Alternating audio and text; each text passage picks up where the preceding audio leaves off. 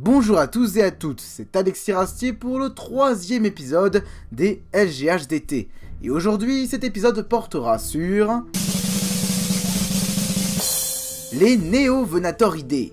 Allons donc découvrir cette famille bien particulière, les Néovenatoridés.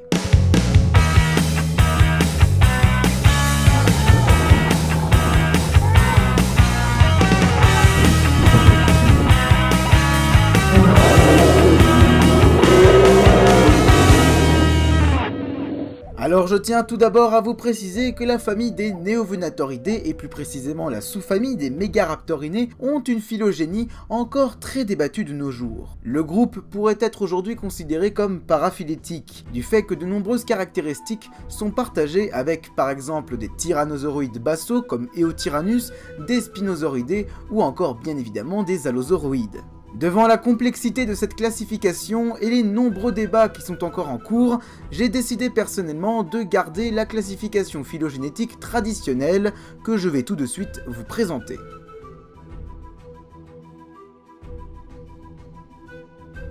Les avétéropodes, qui rassemblent la plupart des théropodes, est un clade se divisant en deux groupes phylogénétiques distincts.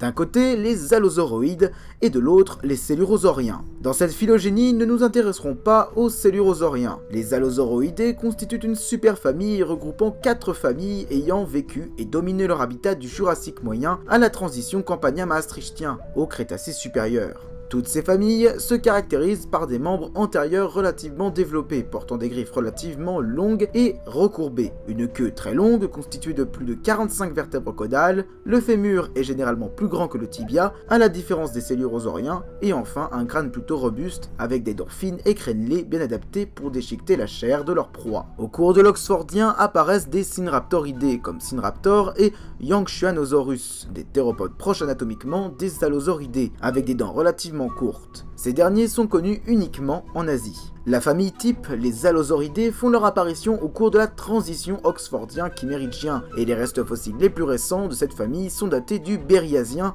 au Crétacé inférieur.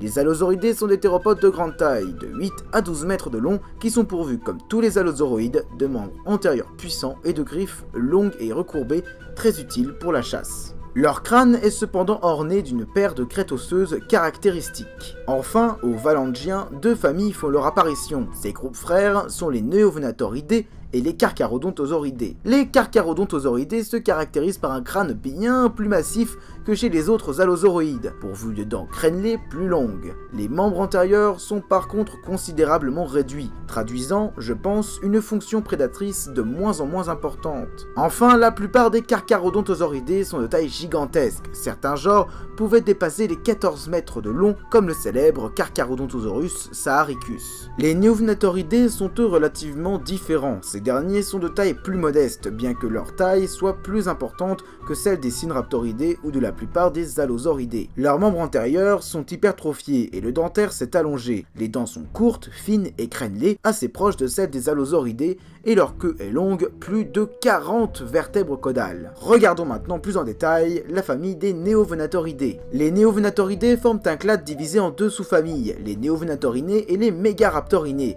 Les Néovenatorinés, comme Néovenator et Fukuiraptor, sont des théropodes de grande taille, de 5 à 11 mètres de long, qui sont apparus au Barémien il y a environ 125 millions d'années. Ils sont pourvus de membres antérieurs relativement développés, se terminant par 3 longues griffes recourbées, probablement très utiles pour la chasse. Les Megaraptoriens forment une sous-famille de Néovenatoridés, constituée principalement de 6 genres. Australovenator, Orcoraptor, Aeostéon, Siats, Gualicho et Megaraptor. Les Megaraptoriens sont comme les Néovenatorinés pourvus d'un dentaire long, de dents courtes et crénelées, d'un corps relativement effilé et adapté à la vitesse. Les membres antérieurs des Néovenatorinés sont certes relativement développés, mais ceux des Megaraptorinés sont littéralement hypertrophiés et se terminant par 3 griffes de taille différentes. La griffe la plus longue est à l'origine du nom du clade et du genre Megaraptor. En effet, la griffe était à l'origine interprétée comme appartenant au plus grand genre de Droméosauridés. Il s'avère que la griffe, encore plus recourbée que celle du Baryonyx, appartenait à un théropode de grande taille. Il s'agit du Megaraptor.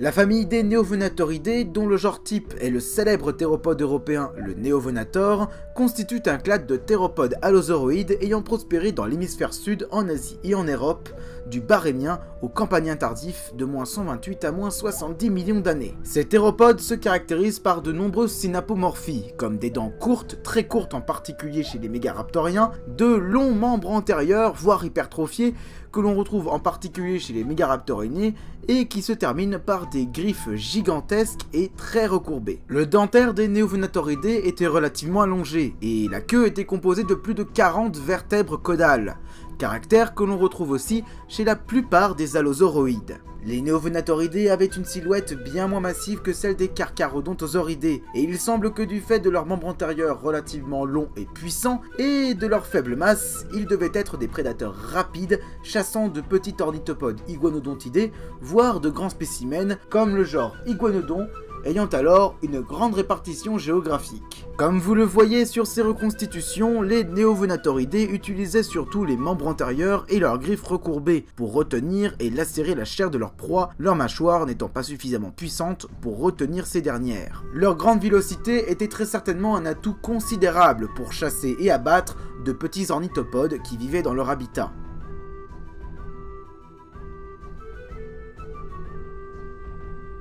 Le genre Neovenator, genre type de la famille des Neovenatoridae et dont l'espèce type est Neovenator saleri, a vécu en Europe, plus particulièrement en Angleterre, il y a de ça 127 millions d'années au Barrémien. Ce grand théropode a été découvert en 1996 dans les falaises de crête de l'île de Wight, et il est actuellement représenté par un crâne partiel, quelques vertèbres et une grande griffe fossilisée. Ce théropode pouvait très certainement atteindre les 7 mètres de long et il était pourvu de membres antérieurs puissants pourvus de longues griffes parfaites pour lacérer et déchiqueter. Enfin, comme tous les Neovenatoridae, la denture du Neovenator était constituée de dents courtes et crénelées. Ce grand prédateur devait être au sommet de la chaîne alimentaire, au Barrémien dans l'archipel européenne, et il devait chasser de jeunes ornithopodes, pourquoi pas de grands iguanodons, éventuellement des nodosauridés comme le Polacanthus et peut-être de jeunes sauropodes.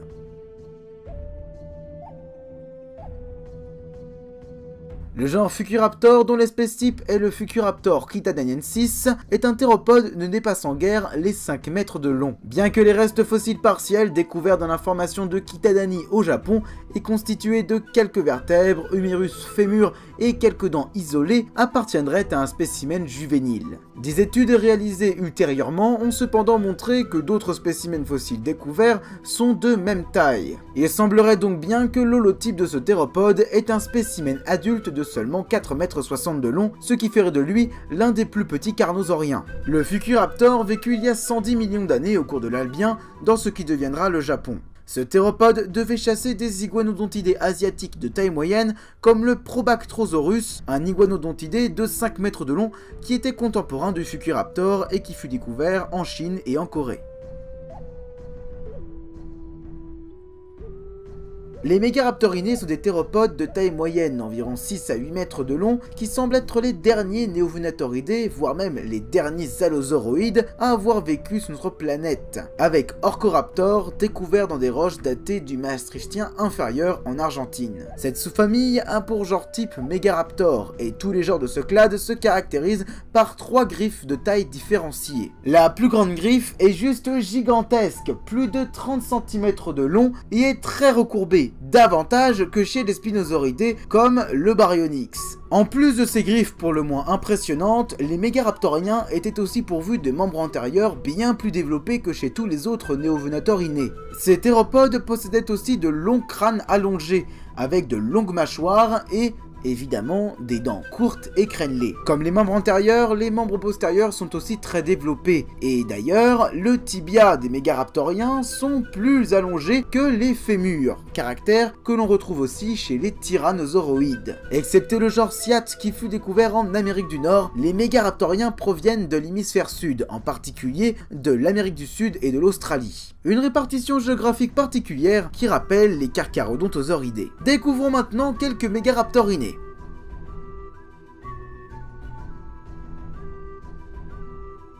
Le célèbre genre Megaraptor, dont l'espèce type est Megaraptor namunwaiki, est l'un des plus grands mégaraptoriens de par sa taille, environ 8 mètres de long. Ce théropode fut découvert dans la formation de Portuozello en Argentine, et ses restes fossiles se traduisaient par des restes post-crâniens incomplets et une griffe recourbée de plus de 30 cm de long. C'est évidemment cette même griffe qui donna le nom de Megaraptor à ce théropode, car ce fut le premier élément squelettique à avoir été découvert. Et oui, on pensait alors qu'il s'agissait d'une griffe d'un immense droméosauridé, plus grand encore qu'Utahraptor. Mais en réalité, évidemment, et vous le savez, il n'en est rien. Cette griffe appartenait en fait à un allosauroïde de 8 mètres de long. Megaraptor vécut dans ce qui deviendra l'Argentine il y a environ 93 millions d'années au cours du Turonien, et il devait chasser comme tous les néovenatoridés des iguanodontidés et très certainement aussi de jeunes sauropodes. Et évidemment, on ne sait pas du tout s'il s'agissait d'un chasseur solitaire ou alors s'il vivait en meute. Mais dans tous les cas, il s'agissait d'un prédateur redoutable. Par contre, il devait être en très forte concurrence avec les Carcharodontosauridae, qui étaient alors en fort déclin. Et évidemment, les premiers Abélisauridés. Si vous voulez d'ailleurs les découvrir, allez voir ma vidéo, premier épisode des LGHDT sur les Abélisauridés.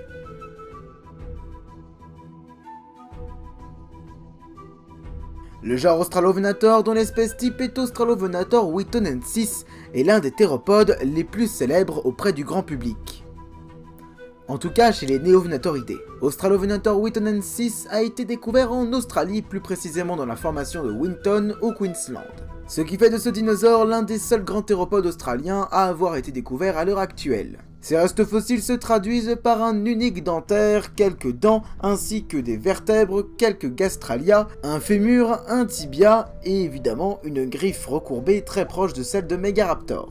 L'Australovenator vécut il y a environ 110 millions d'années au cours de l'Albien, dernier étage du Crétacé inférieur, et ce en Australie. En plus de ces grandes griffes massives, il était pourvu de membres postérieurs relativement longs, octroyant très certainement à l'animal une très grande vélocité. Australovenator était contemporain d'ornithopodes comme des Hypsilophodontidés australiens nommés Wintonopus latomorum, ou encore de grands sauropodes titanosauriens comme le Diamantinosaurus matildae qui vécut il y a environ 99 millions d'années et qui pouvait mesurer dans les 18 mètres de long. La célèbre piste d'empreinte de lac Quarry semble d'ailleurs montrer une scène de prédation chez notre Australovenator. En effet, on a ici la présence de Fujichnia. Pour info, c'est le nom qu'on donne à une piste d'empreinte en paléoichnologie qui correspondrait à un organisme en train de fuir. De plus, ces empreintes correspondent majoritairement à des ornithopodes.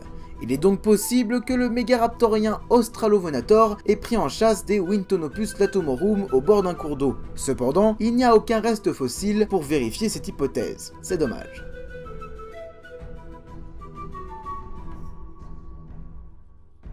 C'est à l'heure actuelle le dernier représentant connu appartenant à la famille des Néovenatoridae. Le genre Orcoraptor, dont l'espèce type est Orcoraptor burkei, a été découvert en 2001 dans la formation de Paris Aikie en Argentine. Les restes fossiles d'Orcoraptor se traduisent par un squelette partiellement complet, plus précisément d'un quadrajugal, d'un postorbitaire, de quelques vertèbres, de quelques fragments de tibia et de quelques dents isolées. L'Orcoraptor pouvait peut-être atteindre dans les 6 mètres de long et il avait probablement une masse estimée à plus de 500 kg. Il vécut il y a environ 70 millions d'années au cours du Maastrichtien inférieur au Crétacé tardif. Sa découverte fut surprenante, du fait que les allosauroïdes semblaient être éteints depuis le Turonien. Par conséquent, Orcoraptor fut tout d'abord considéré comme un tyrannosauroïde. Puis l'étude a été revue et il appartient aujourd'hui à la sous-famille des Megaraptorinés. Il est probable que du fait de l'isolement de l'Amérique du Sud par rapport aux autres masses continentales, les allosauroïdes aient persisté jusqu'au Maastrichtien inférieur. Mais Orcoraptor devait être rudement concurrencé par les Abélisauridés. Eotyrannus est considéré comme un tyrannosauroïde, et comme tous les silurosauriens, il est pourvu de plumes. Ce théropode vécut dans ce qui deviendra l'Angleterre au cours du Barrémien il y a environ 127 millions d'années dans les falaises de craie de l'île de Wight. Exactement comme Néovenator. Eotyrannus était un théropode d'environ 4 mètres de long, et il est à l'origine de l'un des plus grands débats en phylogénie, celui de l'appartenance phylogénétique des mégaraptoriens. En effet, du fait de nombreuses similitudes anatomiques entre le Megaraptor et Eotyrannus, Eh bien, une étude réalisée en 2014 a proposé une nouvelle classification des mégaraptoriens. Ces derniers seraient donc des tyrannosauroïdes. Cependant, Eotyrannus peut être aussi considéré comme un néovenatoridé, et par conséquent comme un allosauroïde. En effet, les dents de ce dernier, découvertes sur l'île de Wight et probablement aussi à Anjac en Charente, l'éloignent progressivement des tyrannosauroïdes. De plus, aucun autre spécimen fossile pouvant appartenir à un éventuel tyrannosauroïde n'a été encore découvert en Europe, ce qui est quand même intriguant. Il semble donc très probable qu'Eotyrannus soit en réalité un néovenatoridé, et peut-être même un spécimen juvénile appartenant au genre Neovenator. Et oui, ces derniers ont quand même été découverts dans le même site,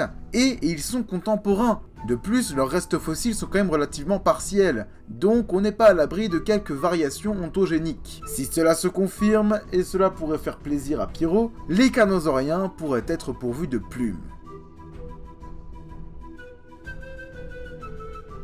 Les néovenatoridés ont prospéré durant la majorité du Crétacé inférieur. Ces théropodes, souvent oubliés, font cependant partie des plus terribles prédateurs chez les avétéropodes. Les néovenatoridés ont perduré jusqu'au Maastrichtien inférieur, et ils étaient répandus dans tout l'hémisphère sud, en Europe, en Asie et peut-être en Amérique du Nord avec Siat Mikerorum. Leur extinction est encore aujourd'hui assez difficile à comprendre, et l'hypothèse la plus plausible serait une concurrence bien trop rude engendrée par les abélisauridés et les célurosauriens. Sur ce, j'espère que cette vidéo vous aura plu, et si c'est le cas, n'hésitez pas à vous abonner, à partager la vidéo et à activer la petite cloche si vous voulez avoir de nouvelles notifications. Je vous conseille la chaîne de Pyroraptor Productions qui n'a pas suffisamment d'abonnés, et évidemment aussi pour sa Dinopédia sur le Mégaraptor. Le lien est en description. Allez, salut à tous et à bientôt!